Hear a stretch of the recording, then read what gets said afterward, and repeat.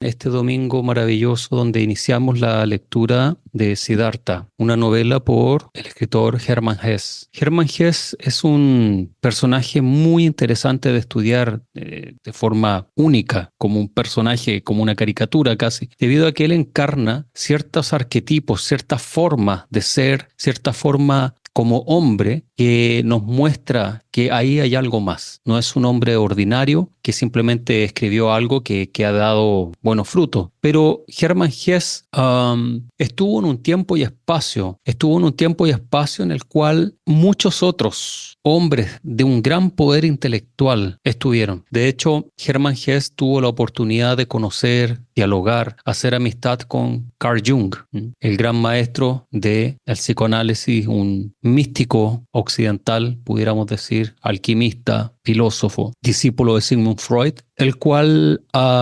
cuando su teoría y su conocimiento se expande, él deja ¿sí? las enseñanzas de Sigmund Freud para desarrollar su propia línea filosófica, porque no solamente psicoanálisis, sino que de una forma de ver la realidad de la psiquis, de la mente. Carl Jung le llama al ser le llama el Atman.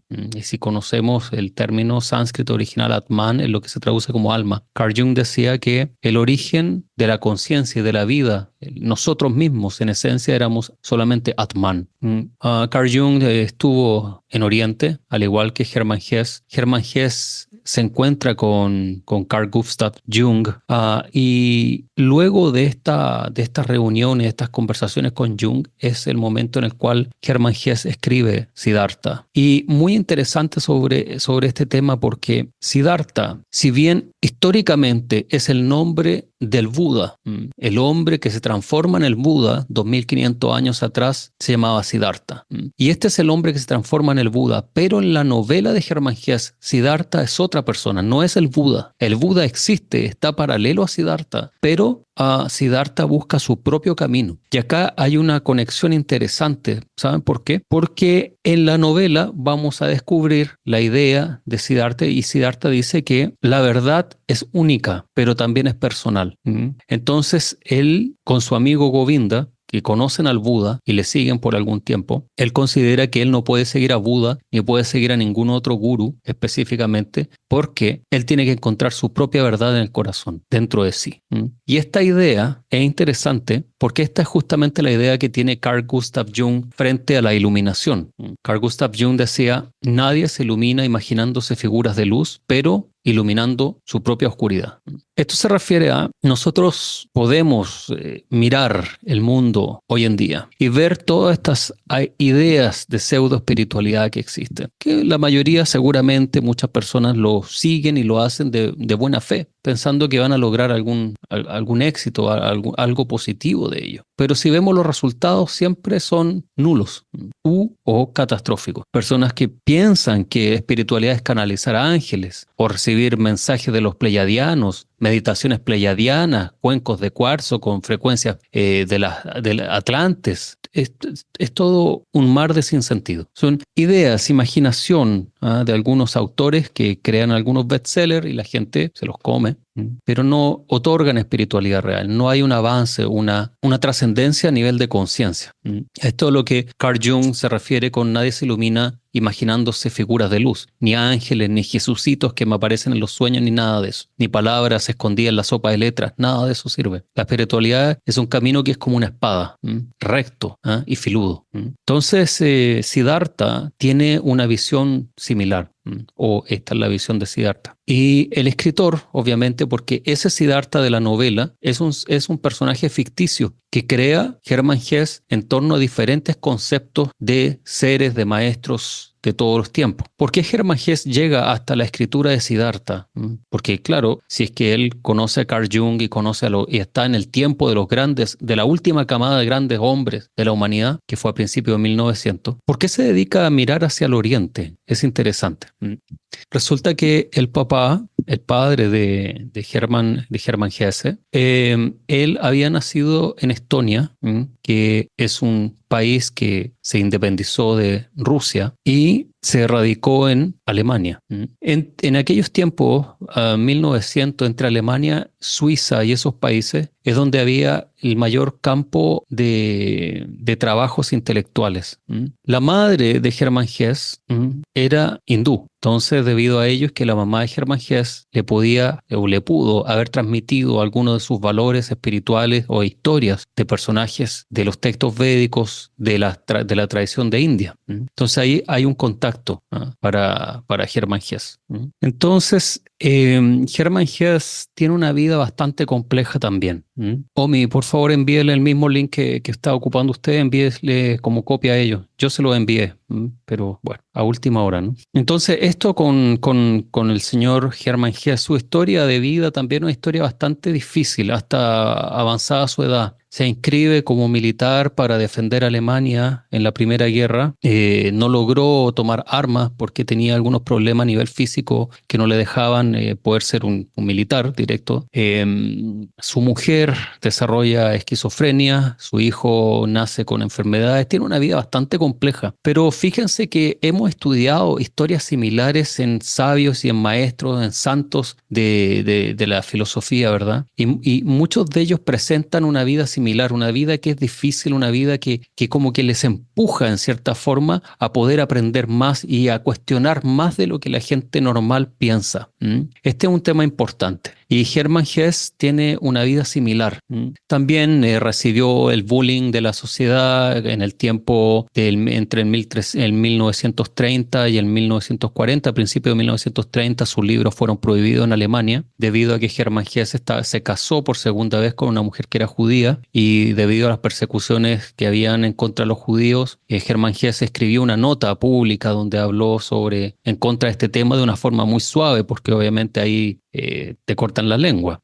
Pero eso fue tomado como una ofensa al Estado por la Alemania nazi y prohíben todos los textos de Hermann Hesse.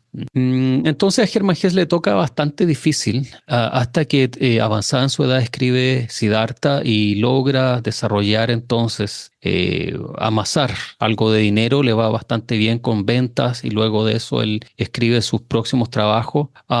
Pero Hermann Hesse debatía su vida estaba entre muchos momentos de depresión y otros. Lamentablemente y posiblemente él no encontró una guía en su vida pues, que le pudiera ayudar en esos tiempos, tiempos bastante duros para la humanidad. Luego se desata la Gran Guerra. Bueno, tantas cosas que estuvieron alrededor de él, pero justamente son estos eventos en la vida los que hacen que un hombre o una mujer puedan desarrollar niveles intelectuales supremos, un nivel intelectual que es superior. Y eso es justamente lo que vemos con la obra de Hermann Hesse, lo que vemos con la obra de Friedrich Nietzsche, lo que vemos con la obra de todos los grandes maestros de estas últimas centurias. Se ven hombres que han tenido que vivir vidas bastante complejas y eso justamente es lo que ha motivado y ha creado una gema en el corazón de ellos. Los textos védicos dicen que las personas somos como piedras y estas piedras, los diamantes en bruto, deben ser pulidas, pero primero deben ser talladas. Los diamantes no es que aparecen así siendo diamantes, ¿sí? Vienen en bruto, los cortan a golpes, los tienen que cortar, los van puliendo, los cortan, los pulen hasta que queda un diamante, una piedra hermosa. Y eso es justamente lo que pasa cuando podemos enfrentarnos a tiempos que no son del todo llevaderos, cuando Dios nos pone a prueba. Y eso es lo que debería dar como resultado, no al revés. Entonces este es el caso de Hermann Hesse, con su vida bastante compleja. En su juventud, Hermann Hesse también presenta otro de los caracteres típicos de los místicos. Fue un rebelde sin causa, o un rebelde con causa. Pero rebelde era loco, bebía en exceso, fumaba con exceso, de fiesta, ¿sí? Todo esto, experimentó su vida, su juventud, fue a la oscuridad y volvió. Luego él se casa y hace su vida, su mujer tiene un montón de problemas, se desata la Primera Guerra, bueno, un montón de cosas van sucediendo ahí en su vida y que lo hacen cambiar y le hacen ver todo el espectro de vida humana, hasta que puede finalmente escribir a tal nivel, o sea, escribir con una profundidad tal. En su libro El lobo estepario, Steppenwolf, también ahí se escribe y describe él a un personaje desde un punto de vista mucho más psicológico, más que espiritual, en el cual se descubre sus propias sombras, su propia oscuridad. También es un texto súper interesante que me gustaría, con el apoyo de ustedes, si ustedes consideran oportuno, que luego de Hermann Hesse, Siddhartha, pudiéramos leer ese texto. Porque ese texto, bueno, lo leí hace como 20 años y algo, pero me gustaría volver a estudiarlo porque ahí hay información súper interesante. Justamente en un momento hace meses atrás, quizás medio año atrás, hice algunos videos que se llaman La Noche Oscura del Alma, hablando de esos periodos en el cual uno tiene que descubrir su propia oscuridad. A lo que decía Carl Jung, uno debe iluminar su oscuridad, no correr de la oscuridad, no correr de ese sufrimiento, sino que uno tiene que mirarlo de frente, hacerle frente, como el arcano 11 del tarot, la fuerza. Tengo que sacar mi fuerza interior y hacerle frente a mi oscuridad y vencerlo. Y eso es justamente lo que aparece ahí en el lobo estepario.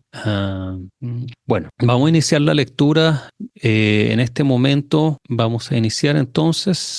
Los que no tengan Siddhartha, les puedo enviar el archivo de PDF, se los puedo enviar por correo. A lo que terminemos esta sesión, me pueden preguntar por el correo y les envío el archivo. Siddhartha Hermann Hesse, primera parte. El hijo del Brahman. Siddhartha, el agraciado hijo del Brahman, el joven halcón, creció junto a su amigo Govinda, al lado de la sombra de la casa, con el sol de la orilla del río. Junto a las barcas, en lo umbrío del bosque de sauces y de higueras, el sol bronceaba sus hombros brillantes al borde del río. En el baño, en las abluciones sagradas, en los sacrificios religiosos, la sombra se adentraba por sus negros ojos en el boscaje de mangos, en los juegos de los niños, en el canto de su madre, en los sacrificios religiosos y en las enseñanzas de su padre y sus maestros, en la conversación de los sabios. Ya hacía mucho tiempo que Siddhartha participaba en las conferencias de los sabios. Con Govinda se entrenaba en las lides de la palabra, en el arte de la contemplación, de saber ensimismarse. Ya podía pronunciar quedamente el Om, la palabra por excelencia. Había conseguido decirlo en silencio, aspirando hacia adentro. Aprendió a enunciarlo calladamente, aspirando hacia afuera, concentrando su alma con la frente envuelta en el brillo de la inteligencia. Ya sabía entender el interior de su Atman, indestructible en el mundo material. La alegría invadía el corazón de su padre al ver al hijo inteligente, con deseos de saber. Observaba cómo crecía en Siddhartha un gran sabio y sacerdote, un príncipe entre los brahmanas. Una deliciosa sensación llenaba el pecho de su madre cuando le veía andar, sentarse y levantarse. Siddhartha, el fuerte, el hermoso, el que caminaba sobre piernas delgadas, el que saludaba con perfectos modales. El corazón de las hijas de los brahmanes rebosaba amor cuando Siddhartha paseaba por las callejuelas de la ciudad, con la frente iluminada, con mirada real, con caderas estrechas. Pero Govinda era el que más amaba a Siddhartha, su amigo, el hijo del Brahman. Sentía afecto por la mirada de Siddhartha y por su cálida voz. Gustaba de su manera de andar y de sus armoniosos movimientos. Apreciaba todo lo que Siddhartha hacía y decía. Pero lo que veneraba más era su inteligencia, sus altos pensamientos ardientes, su férrea voluntad y su vocación sublime. Govinda lo presentía. Este no será un brahman corriente, ni un oscuro funcionario de los sacrificios, ni un ávido comerciante de fórmulas mágicas, ni tampoco un orador vano y vacío, o un sacerdote malicioso. Sin embargo, tampoco será una mansa y estúpida oveja entre la masa del rebaño. No, y tampoco él, Govinda, quería ser así, un brahman como hay 10.000. Quería seguir a Siddhartha, el amado, el maravilloso. Y si Siddhartha un día se convertía en Dios, si un día entraba en el imperio de la luz, Govinda le seguiría entonces, como su amigo, su acompañante, su criado, su escudero, su sombra. Todos querían así a Siddhartha, y a todos daba alegría y gozo. No obstante, el propio Siddhartha no sentía alegría ni gozo de sí mismo. Su corazón no compartía ese júbilo general cuando andaba por los caminos rosados del jardín de higueras, o se hallaba sentado en la sombra azul del bosque de la contemplación, cuando lavaba sus miembros en el diario baño sueño propiciatorio o hacía sacrificios entre las profundas sombras del bosque de mangos. Incesantemente se le aparecían sueños y pensamientos en que veía la corriente del río, el brillo de las estrellas nocturnas, el resplandor del sol, y el ánimo se le intranquilizaba con pesadillas salidas del humo de los sacrificios, de los versos del Rig Veda, de las doctrinas de los viejos brahmanes. Hay un momento acá, unas líneas más arriba, donde dice que Siddhartha ya había logrado la perfección del canto del Om silencioso.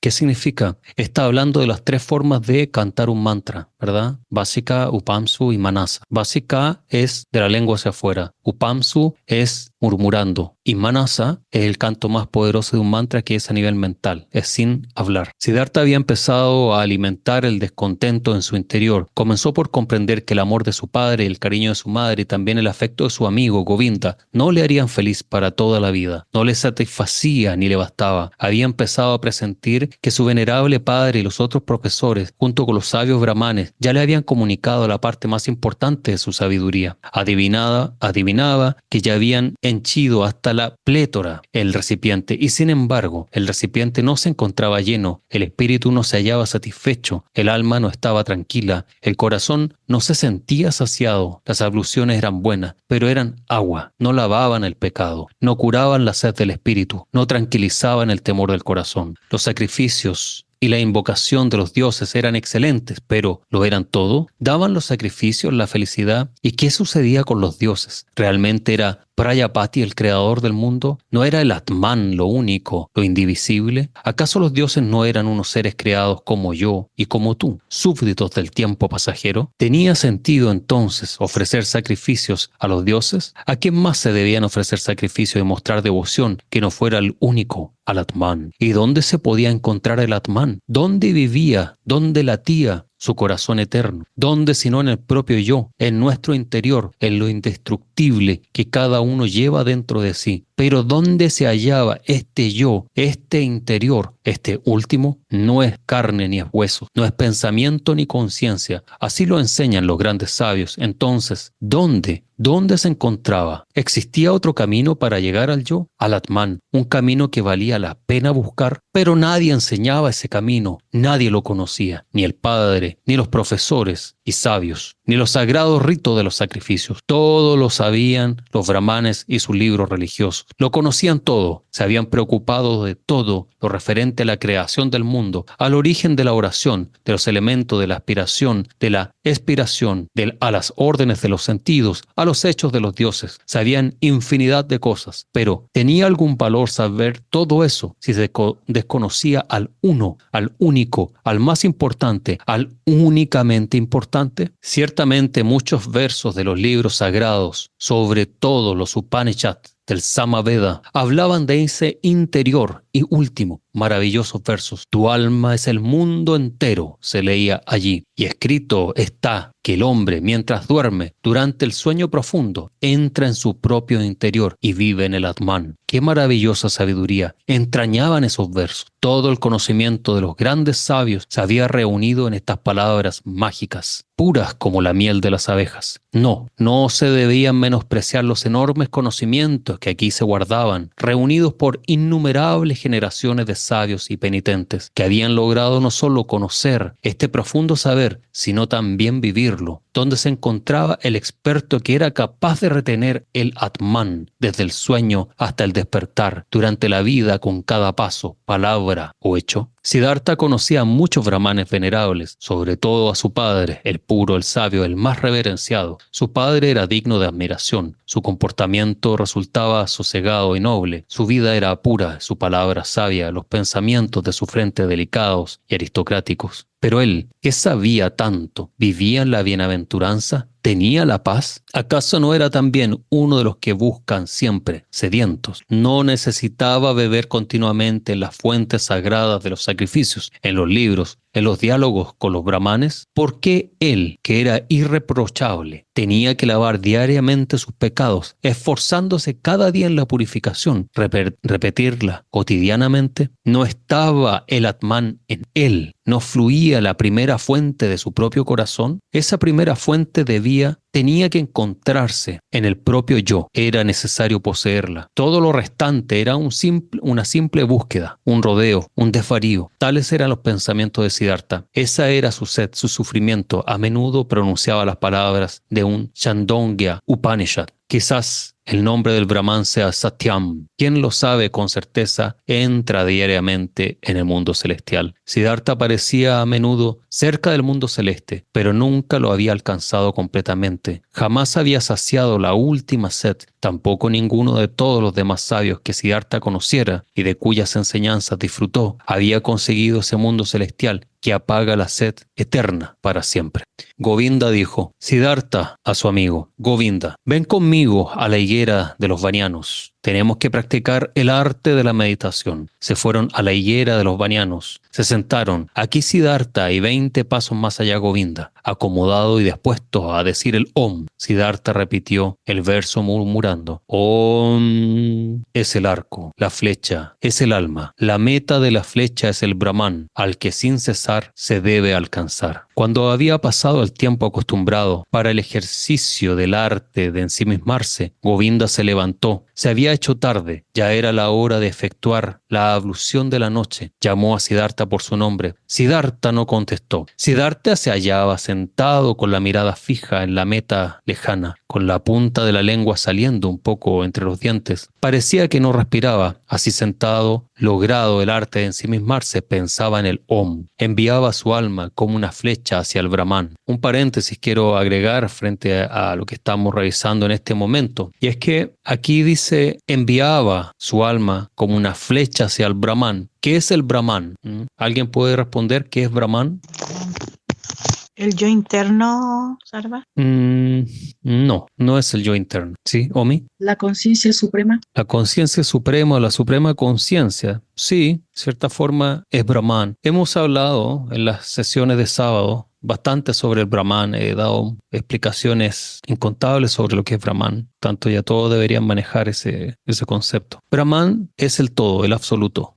Ese es Brahman. Dios es Brahman. El Brahman es Dios. Existen 3 aspectos de Dios, el Brahman, Paramatma y Bhagavan. Dios manifestado en una forma, Bhagavan. Paramatma es Dios manifestado en el corazón de todas las entidades vivientes. Y Brahman, el todo absoluto, indivisible. Entonces aquí Ges dice que Siddhartha lanza su alma como una flecha hacia el Brahman, ¿verdad? Pero esto se puede decir solo y cuando alguien no tiene experiencia del Brahman. Cuando tú no tienes experiencia de Dios, ves a Dios lejos. Tengo que llegar a Dios. No vivo en Dios. Tengo que llegar a Dios. Y aquí estas líneas muestran que el escritor, por mucho conocimiento y sabiduría que tenga, no está en experiencia directa. Porque uno no se lanza al Brahman, uno se vuelve consciente de que es Brahman. Uno es Brahman. Yo soy Brahman. Tú eres Brahman. Todo es Brahman. Este espacio que hay acá, donde está flotando el oxígeno y el pran, esto es Brahman. La composición de mi cuerpo físico es Brahman. La composición de mi cuerpo espiritual es Brahman. Absolutamente todo es Brahman. Entonces nosotros no nos podemos lanzar a Brahman. De la misma forma nosotros no podemos llegar a Nitya Lila Brindavan. Nos vamos a ir en un ovni, en un vímana, en un teleférico. No hay nada que nos lleve ahí. Está aquí y ahora, eternamente presente. No hay allá, es siempre aquí. No hay mañana, es siempre ahora. Esa es la concepción de Brahman. Brahman no está afuera, está en todo. Y yo estoy en Brahman. Esa es la conciencia. Continuamos. Un día por la ciudad de Siddhartha pasaron unos samanas, ascetas peregrinos. Eran 3 hombres enjutos y apagados, ni viejos ni jóvenes, con hombros ensangrentados y llenos de polvo, casi desnudos, quemados por el sol, rodeados de soledad, forasteros y enemigos del mundo, extraños y flacos, chacales en un reino de hombres. Tras ellos venía un ardiente hálito de silenciosa pasión, de servicio destructivo, de despersonalización implacable. Por la noche, después de la hora de contemplación, Siddhartha declaró a Govinda: mañana de madrugada, amigo, Siddhartha irá con los samanas. Será un nuevo samana. Govinda palideció al oír tales palabras y al leer en la cara inmóvil de su amigo aquella decisión imposible de desviar, como la flecha disparada por el arco. De pronto y con la primera mirada, Govinda se dio cuenta: esto es solo el principio. Ahora Siddhartha iniciará su camino, ahora empieza a despertar su destino, y con el suyo también el mío. Y se tomó, lívido como la piel seca, de un plátano. Siddhartha invocó: ¿te lo permitirá tu padre? Siddhartha le observó como uno que empieza a despertarse. Raudo como una flecha, leyó en el alma de Govinda, adivinó el miedo, advirtió la sumisión. Govinda afirmó en voz baja: no debemos malgastar palabras. Mañana de madrugada empezaré la vida de los sámanas. No se hable más. Siddhartha entró en la habitación donde se encontraba su padre sentado encima de una estera de maguey. Se colocó tras él y aguardó hasta que se diera cuenta de que alguien se hallaba a sus espaldas. El brahman preguntó: ¿eres tú, Siddhartha? Pues manifiesta lo que has venido a decirme. Empezó Siddhartha: con tu permiso, padre, he venido a comunicarte que deseo abandonar mañana tu casa para irme con los ascetas. Mi deseo es convertirme en un samana. Empero, espero que mi padre no se oponga. El brahman quedó en silencio y permaneció así tanto tiempo que por la pequeña ventana pasaron las estrellas y cambiaron su figura antes de que se rompiera el silencio de aquella habitación. Callado y sin moverse se hallaba el hijo, con los brazos cruzados, callado y sin moverse. El padre seguía sentado solo sobre la estera y las estrellas pasaban por el cielo. Entonces declaró el padre: no es conveniente que un brahman pronuncie palabras violentas y furiosas, pero la indignación estremece mi alma. No quiero oír de tu boca este deseo por segunda vez. Lentamente se levantó el brahman. Siddhartha continuaba callado, con los brazos cruzados. ¿Qué esperas?, preguntó el padre. Siddhartha contestó: tú ya sabes. Buscó su cama y se tendió en ella, lleno de ira. Después de una hora, el sueño no había conseguido cerrarle los ojos. Se levantó el brahman, paseó de un lado a otro y por fin salió de la casa. A través de la pequeña ventana de la habitación, miró hacia el interior y vio a Siddhartha en el mismo sitio, con los brazos cruzados, pálido con su clara túnica reluciente. El padre regresó a su lecho con el corazón intranquilo. Después de una hora sin conseguir conciliar el sueño, se levantó otra vez, paseó de un lado a otro, salió de la casa y observó que la luna había salido. A través de la ventana de la alcoba contempló el interior y allí se encontraba Siddhartha sin haberse movido, con los brazos cruzados, con la luz de la luna reflejándose en sus desnudas piernas. Con el corazón abrumado regresó a su cama y volvió después de una hora, de 2 horas. Miró a través de la pequeña ventana y vio a Siddhartha a la luz de la luna, de las estrellas, en la oscuridad. Y lo repitió a cada hora, en silencio. Miraba hacia la alcoba y se veía que Siddhartha no se movía. Su corazón se llenó de ira, se colmó de intranquilidad, se saturó de miedo, se nutrió de pena. Y en la última hora de la noche, antes de que empezara el día, regresó, entró al cuarto y observó al joven, que le pareció más alto, como un extraño. Siddhartha invocó: ¿qué esperas? Tú ya sabes, te quedarás siempre así y aguardarás hasta que se haga de día, hasta el mediodía y hasta la noche. Me quedaré así y esperaré. Te cansarás, Siddhartha, me cansaré. Te dormirás, Siddhartha, no me dormiré. Te morirás, Siddhartha, me moriré. ¿Y prefieres morir antes que obedecer a tu padre? Siddhartha siempre ha obedecido a su padre. Así pues, ¿deseas abandonar tu idea? Siddhartha hará lo que su padre le diga. La primera luz del día entró en la habitación. El brahman vio que las rodillas de Siddhartha temblaban. Sin embargo, en el rostro de su hijo no vio ninguna duda. Sus ojos miraban hacia muy lejos. Entonces el padre se dio cuenta de que Siddhartha ya desde ahora no se hallaba a su lado, en su tierra. Ahora ya le había abandonado.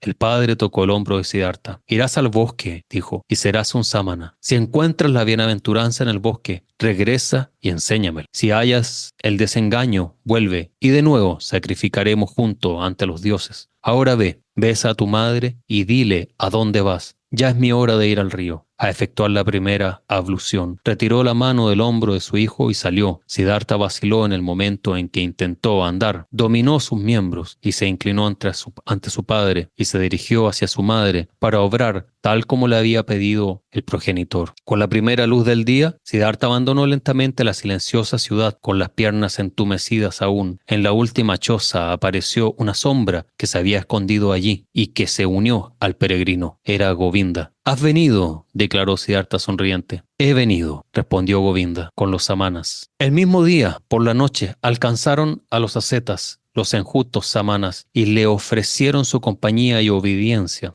Fueron aceptados. Siddhartha regaló su túnica a un pobre de la carretera. Desde entonces solo vistió el taparrabos y la descosida capa de color tierra. Comió solamente una vez al día y jamás alimentos cocinados. Ayunó durante 15 días, ayunó durante 28 días, la carne desapareció de sus muslos y mejillas, ardientes sueños oscilaban en sus ojos dilatados, en sus dedos huesudos crecían largas uñas, y del mentón le nacía una barba reseca y despeinada. La mirada se le tornaba fría cuando una mujer cruzaba por su camino. La boca expresaba desprecio cuando atravesaba la ciudad con personas vestidas elegantemente. Vio negociar a los comerciantes y cazar a los príncipes. Presenció el llanto de los familiares de un difunto. Advirtió cómo las prostitutas se ofrecían, cómo los médicos se preocupaban de los enfermos, cómo los sacerdotes determinaban el día de la siembra. Se percató de que los amantes se querían, de que las madres daban el pecho a sus hijos, y todo ello no era digno de la mirada de sus ojos. Todo mentía, todo apestaba, olía todo a hipocresía, todo aparentaba tener sentido y felicidad y belleza, mas sin embargo todo era ignorancia y putrefacción. Siddhartha tenía un fin, una meta única. Deseaba quedarse vacío, sin sed, sin deseos, sin sueños, sin alegría ni penas. Deseaba morirse para alejarse de sí mismo, para no ser yo, para encontrar la tranquilidad en el corazón vacío, para permanecer abierto al milagro a través de los pensamientos despersonalizados. Ese era su objetivo. Cuando todo el yo se encontraba vencido y muerto, cuando se callasen todos los vicios y todos los impulsos en su corazón, entonces tendría que despertar lo último, lo más íntimo del ser, lo que ya no es el yo, sino el gran secreto. Siddhartha permanecía en silencio bajo el calor vertical del sol, ardiente de dolor, de sed, y se quedaba así hasta que no sentía dolor ni sed. Se hallaba en silencio durante la estación lluviosa. El agua corría desde sus cabellos hasta sus hombros, que sentían el frío, hasta sus caderas y hasta sus piernas heladas. Y el penitente continuaba así hasta que los hombros y las piernas ya no sentían frío, hasta que se acallaban. Se mantenía sentado en silencio sobre el bardal, hasta que le goteaba sangre de la piel caliente. Y después de las úlceras, y Siddhartha continuaba erguido, inmóvil, hasta que ya no le goteaba la sangre, hasta que nada le punzaba, hasta que nada le quemaba. Siddhartha estaba sentado con rigidez y trataba de ahorrar aliento, de vivir con poco aire, de detener la respiración. Aprendía a tranquilizar el latido de su corazón con el aliento. Aprendía a disminuir los latidos de su corazón hasta que eran mínimos, casi nulos. Instruido por el más anciano Samana, Siddhartha se entrenaba en la despersonalización, en el arte de ensimismarse según las nuevas reglas de los sámanas. Una garza voló sobre el bosque de bambú y Siddhartha absorbió a la garza en su alma. Voló con ella sobre el bosque y las montañas. Era garza, comía peces, sufría el hambre de la garza, hablaba el idioma de la garza, sentía la muerte de la garza. Un chacal muerto se hallaba en la orilla arenosa y Siddhartha entraba en el cadáver. Era chacal muerto, yacía en la playa, se hinchaba, apestaba, se descomponía, sintióse descuartizado por las hienas, decapitado por los cuervos, se tomó esqueleto y polvo y vendaval se lo llevó. El alma de Siddhartha regresó, había muerto, se había convertido en polvo, había probado la triste borrachera del ciclo, ahora guardaba con una sed nueva, como un cazador, el hueco donde podría escapar del ciclo, donde empezaría el fin de las causas y de la eternidad, del dolor. Mataba sus sentidos, destrozaba su memoria, salía de su yo y entraba en 1000 configuraciones extrañas. Era animal, carroña, piedra, madera y agua. Cada vez se encontraba a sí mismo al despertar. Brillaba el sol o la luna. De nuevo era él. Se movía en el ciclo, sentía sed, vencía la sed y volvía a tener sed.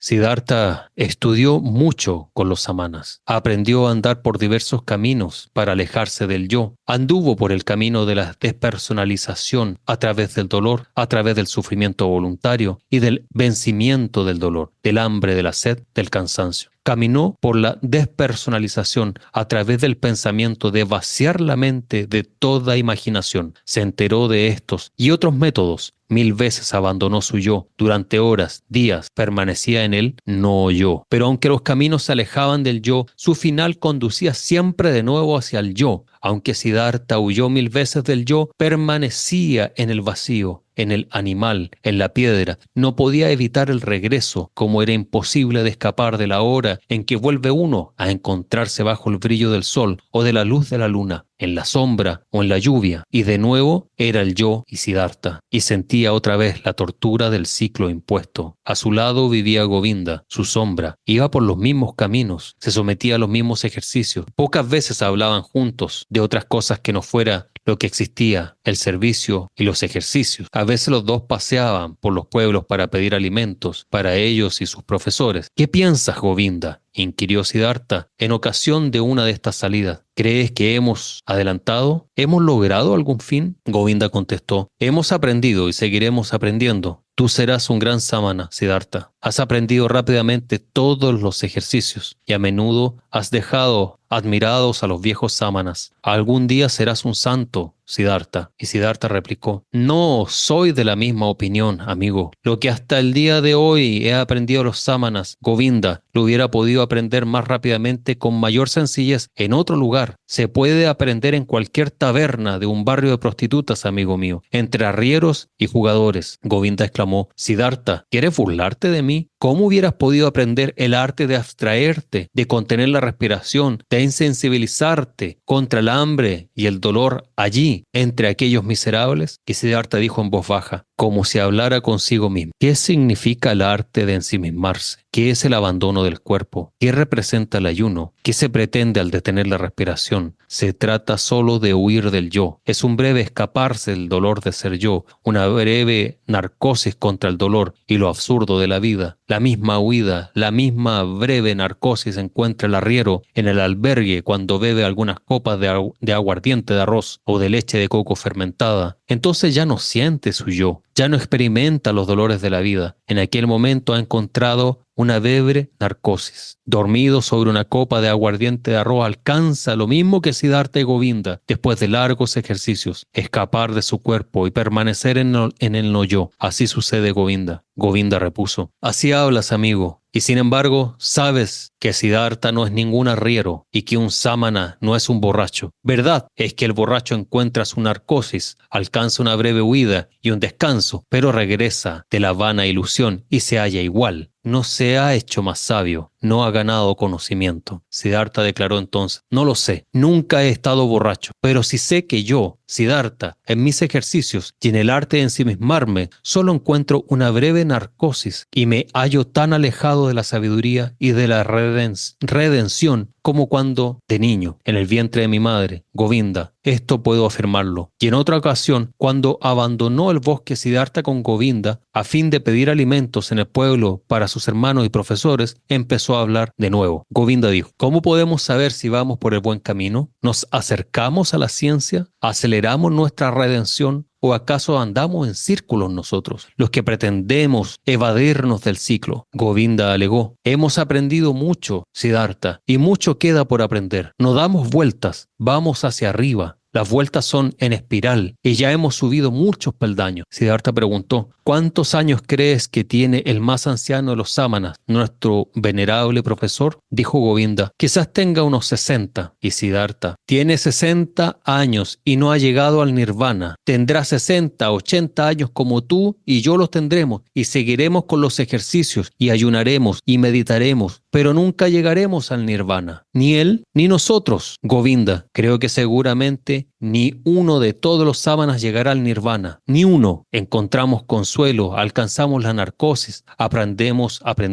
artes para engañarnos. Pero lo esencial, el camino de los caminos, ese no lo hallaremos, insinuó Govinda. Desearía que no pronunciaras palabras tan horribles, Siddhartha. ¿Por qué ninguno encontrará el camino de los caminos de entre tantos sabios, tantos brahmanas, tantos rígidos sámanas venerables, tantos hombres que buscan, tantos dedicados a profundizar, tantos hombres sagrados? Sin embargo, Siddhartha contestó en voz baja, en tono triste e irónico a la vez. Govinda, tu amigo abandonará pronto la senda de los sámanas, por lo que tanto tiempo ha caminado contigo. Sufrí sed, Govinda, y durante este largo trayecto con los sámanas, mi sed nada ha disminuido. Siempre me hallé sediento de ciencia y lleno de preguntas. He interrogado a los brahmanas año tras año. He indagado entre los sagrados Vedas año tras año. Quizás Govinda se hubiera preguntado al Kalao o al chimpancé me habrían instruido tan bien, tan últimamente, tan útilmente, con tanta inteligencia. Govinda, he necesitado tiempo para aprender y aún no he conseguido entender que no se puede aprender nada. Creo que realmente no existe eso que nosotros llamamos aprender. Solo existe, amigo mío, un saber que está en todas partes, es decir, el Atman. Este se halla en mí y en ti y en cada ser, y empiezo a creer que este saber no tiene peor enemigo que el querer saber, que el desear aprender. Entonces Govinda se detuvo en el camino, levantó las manos y exclamó: Siddhartha, desearía que no intranquilizaras a tu amigo con semejantes palabras. Tus teorías despiertan verdadero temor en mi corazón. Y piensa únicamente, ¿qué quería de la santidad, de las oraciones, de la venerable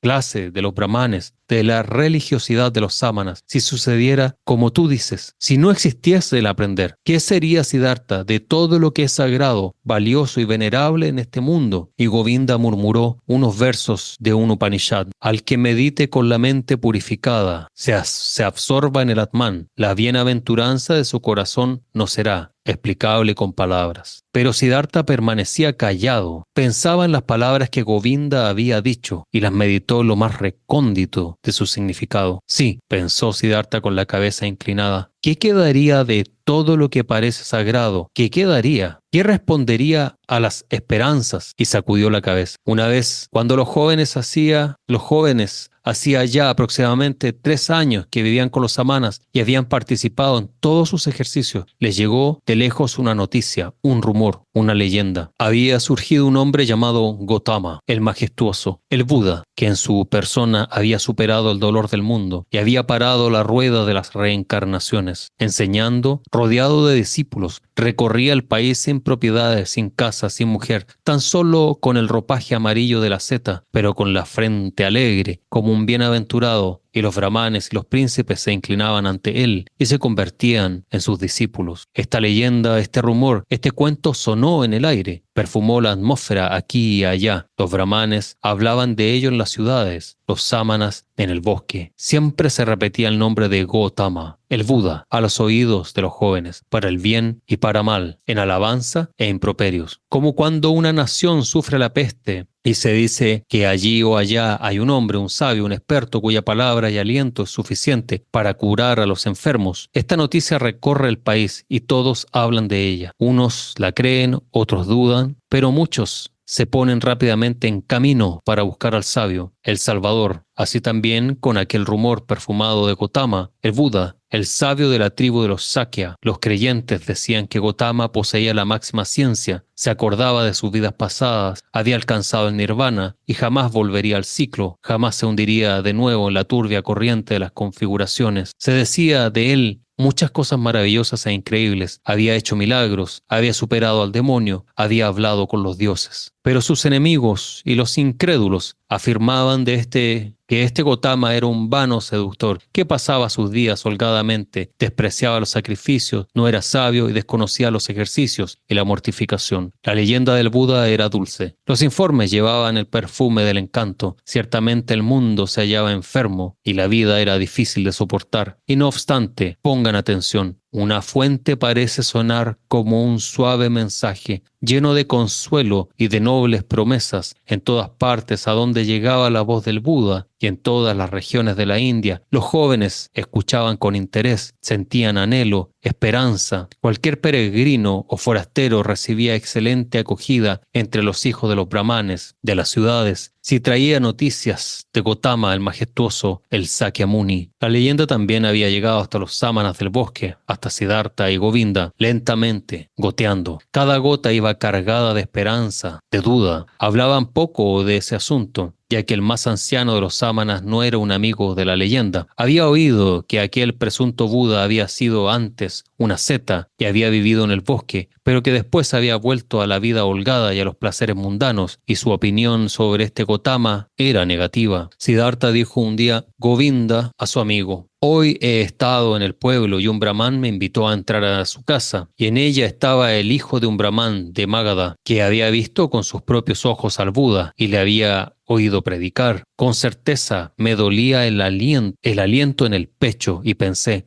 que yo también, que nosotros dos, Siddhartha y yo, podamos vivir la hora en que escuchemos la doctrina de los labios de aquel perfecto? Dime, amigo mío, ¿no desearíamos ir asimismo nosotros hacia allí para escuchar las enseñanzas de los mismos labios del Buda? Siddhartha contestó: Govinda, siempre pensé que Govinda se quedaría con los samanas. Siempre había imaginado que su meta era tener 60 y 60 años y seguir con las artes y los ejercicios que ennoblecen a un samana. Pero mira, por donde no conocía bien a Govinda, sabía muy poco de su corazón. Así pues, querido amigo, ahora quieres tomar un sendero y marchar hacia donde el Buda predica su doctrina. Govinda alegó: ¿te gusta burlarte? Pues búrlate como siempre, Siddhartha. ¿Acaso no se ha despertado también en tu interior un deseo, una afición por escuchar semejante doctrina? ¿Y no dijiste una vez que ya no pensabas andar mucho tiempo por el camino de los samanas? Entonces Siddhartha rió de la ocurrencia. Luego en su voz apareció una sombra de tristeza y de ironía, y declaró: bien, Govinda, has hablado con mucha propiedad. Te has acordado con suma agudeza. Sin embargo, desearía también que recordaras el resto de lo que oíste de mí, o sea, que desconfío de todo porque estoy cansado de las doctrinas y de aprender, y que es muy pequeña mi fe en las palabras que nos llegan de profesores. Pero adelante, querido amigo, estoy dispuesto a escuchar aquellas enseñanzas, aunque dentro de mi corazón creo que ya hemos probado el mejor fruto de esa doctrina. Govinda manifestó: tu decisión alegra mi alma. Pero dime, ¿cómo es posible? ¿Cómo puede darnos su mejor fruto la doctrina de Gotama aún antes de haberla escuchado? Siddhartha confirmó: gocemos de ese fruto y esperemos la continuación, Govinda. Lo que hemos de agradecer a Gotama en primer lugar es que nos aleje de los samanas. Si además nos puede dar otra cosa mejor, amigo, esperemos con el corazón tranquilo. Ese mismo día Siddhartha hizo saber al más anciano samana su decisión de abandonarles. Se lo reveló con la cortesía y modestia que corresponden a un joven discípulo. No obstante, el samana se enfureció porque los dos jóvenes le querían abandonar y empezó a vociferar y a maldecir. Govinda se asustó y desconcertó, pero Siddhartha acercó su boca a la oreja de Govinda y musitó en voz baja: ahora le demostraré al viejo que he aprendido algo de sus enseñanzas. Se colocó ante el samana y concentró su alma. Captó la mirada del anciano con sus ojos, la paralizó, le hizo callar, le dejó sin voluntad,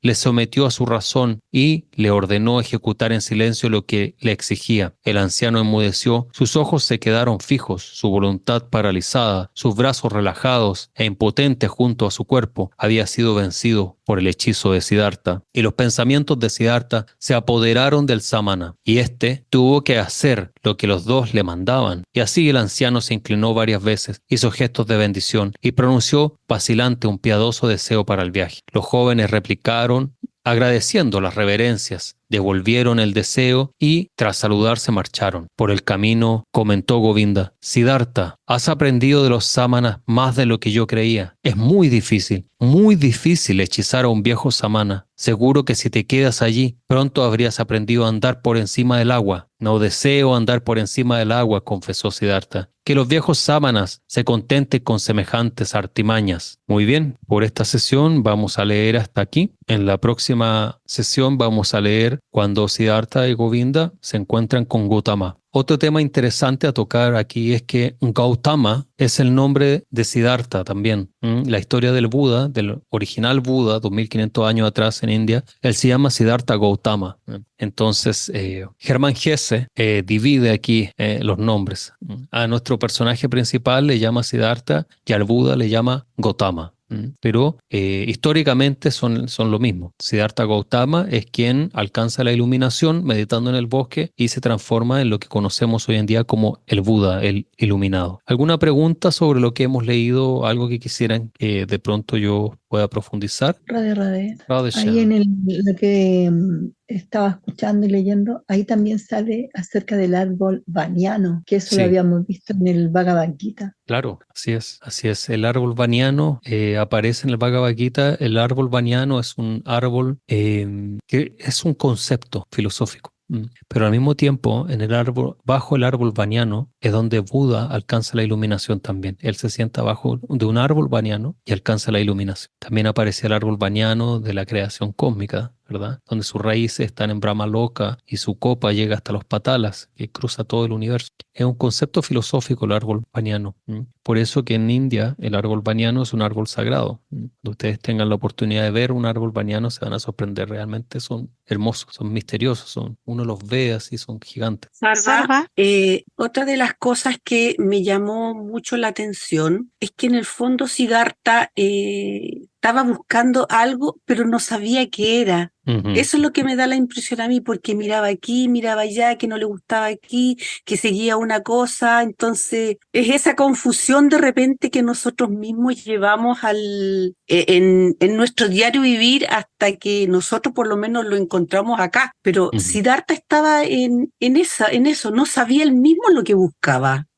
No sé, Claro. esa es mi impresión. Claro, porque Siddhartha en este momento está en la búsqueda del absoluto, de la verdad última. Pero como no hay nadie, al menos de los cercanos a Siddhartha o de los que él conocía, hasta que alcanza la iluminación, nadie estaba en esa plataforma. Nadie está en esa plataforma. Por eso Siddhartha tiene que seguir buscando y sigue mirando y sigue buscando y va de un lado para otro, de una escuela para otra y se dedica a diferentes cosas. En la historia original del Buda, la historia del Buda Siddhartha Gautama, el Buda, él también estudió diferentes artes, aprendió todo, logró la maestría en todo lo que él hacía y saltaba de un tema hacia el otro porque nada le parecía interesante después de un tiempo. Son todos temas materiales. Su búsqueda, su destino estaba en la trascendencia.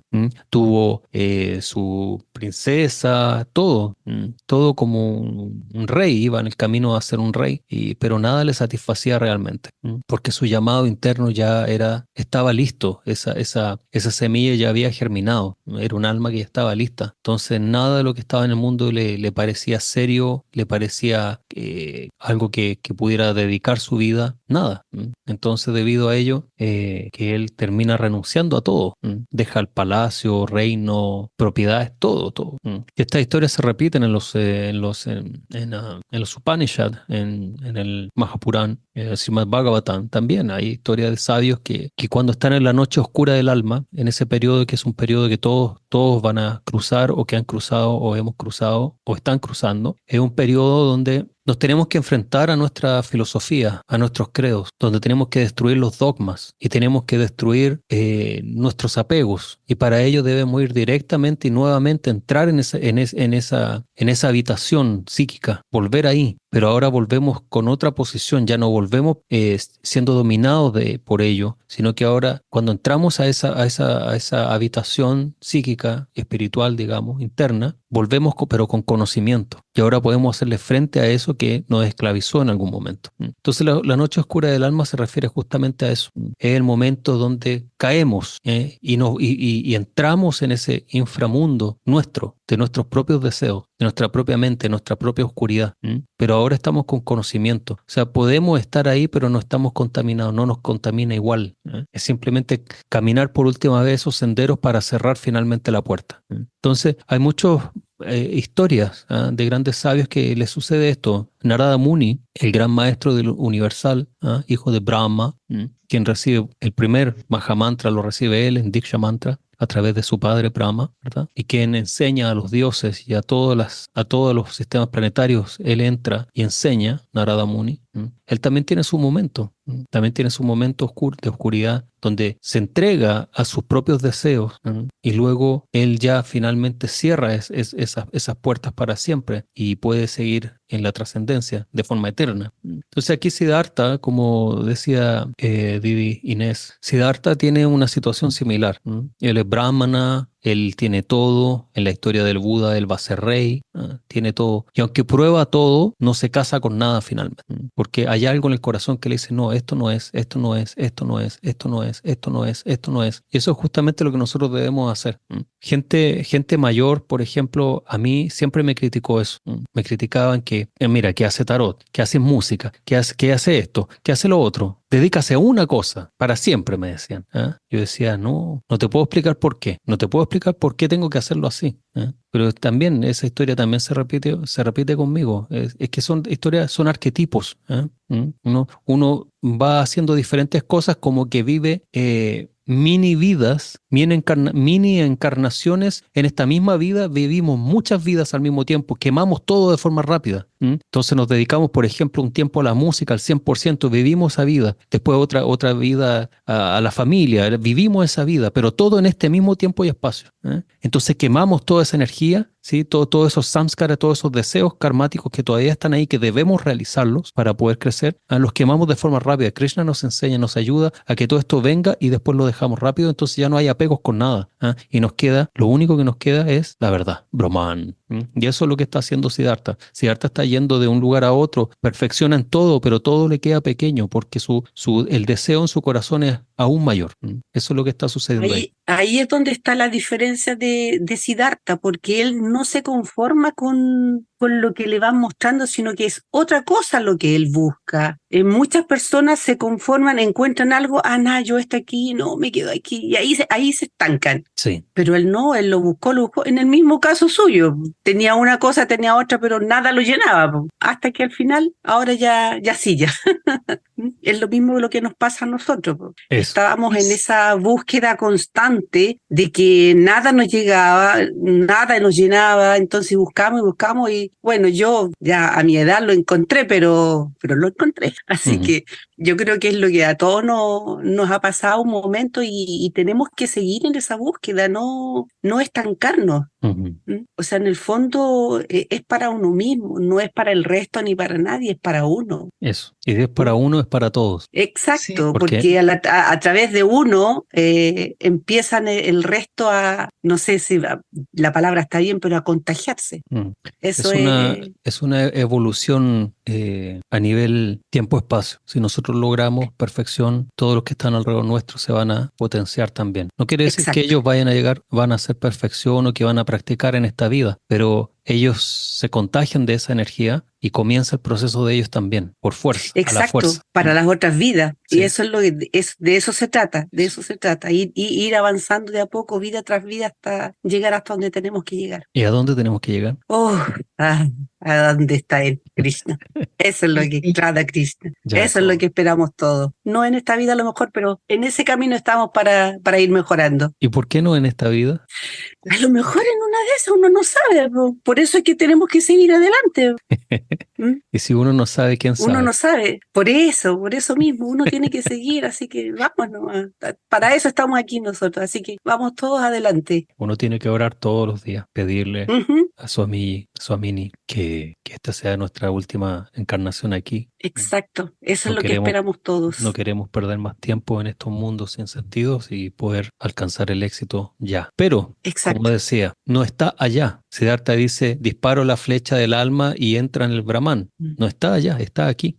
Si mi vida, todo lo que en mi vida, alrededor mío e interior mío, si mi vida es el Brahman, vamos a hablarlo así muy general, entonces yo estoy en el Brahman ya, ¿sí? ¿Se entiende? ¿Entiende o no? Si mi vida es el Brahman, yo vivo en el Brahman. No necesito morir para entrar en el Brahman. Estoy en el Brahman ahora ya. Si mi vida es Seva, yo vivo en Nitya Lila Vrindavan, porque esa es mi vida. Entonces cuando yo no necesito morir para comenzar a vivir el Lila, lo vivo ahora. Si lo puedo vivir acá, si lo vivo acá, si mi día a día constante es así, de forma armoniosa y amorosa, no forzada, no se trata de forzar, a la fuerza no sirve. Krishna dice en el Gita, dice que se logra con la represión, con hacer las cosas a la fuerza, no se logra nada. Si yo de forma armoniosa mi corazón se transforma gracias a la fuerza de mi trabajo espiritual, se transforma y mi corazón comienza a vivir 24/7 en torno a Radhesham. Y si ese y si esa es mi vida, entonces yo estoy viviendo el lila ya. Y en el momento de dejar este cuerpo temporal, ¿qué voy a hacer? Sigo viviendo el lila. No se detiene. ¿Sí? Didi Loreto tiene ahí una consulta.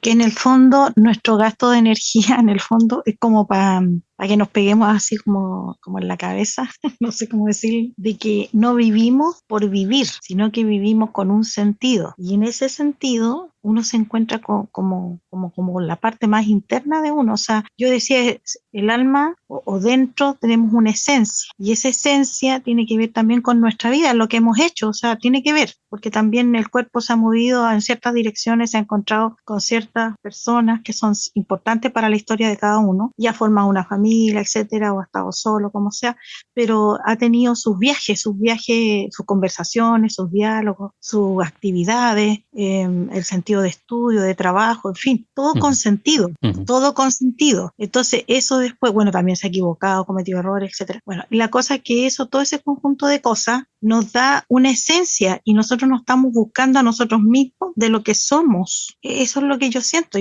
que vamos para todos lados y de repente, como decía recién que decías en el Govinda, voy para todos lados, y no es moverse en círculo, sino que es ascender, ascender, no para abajo.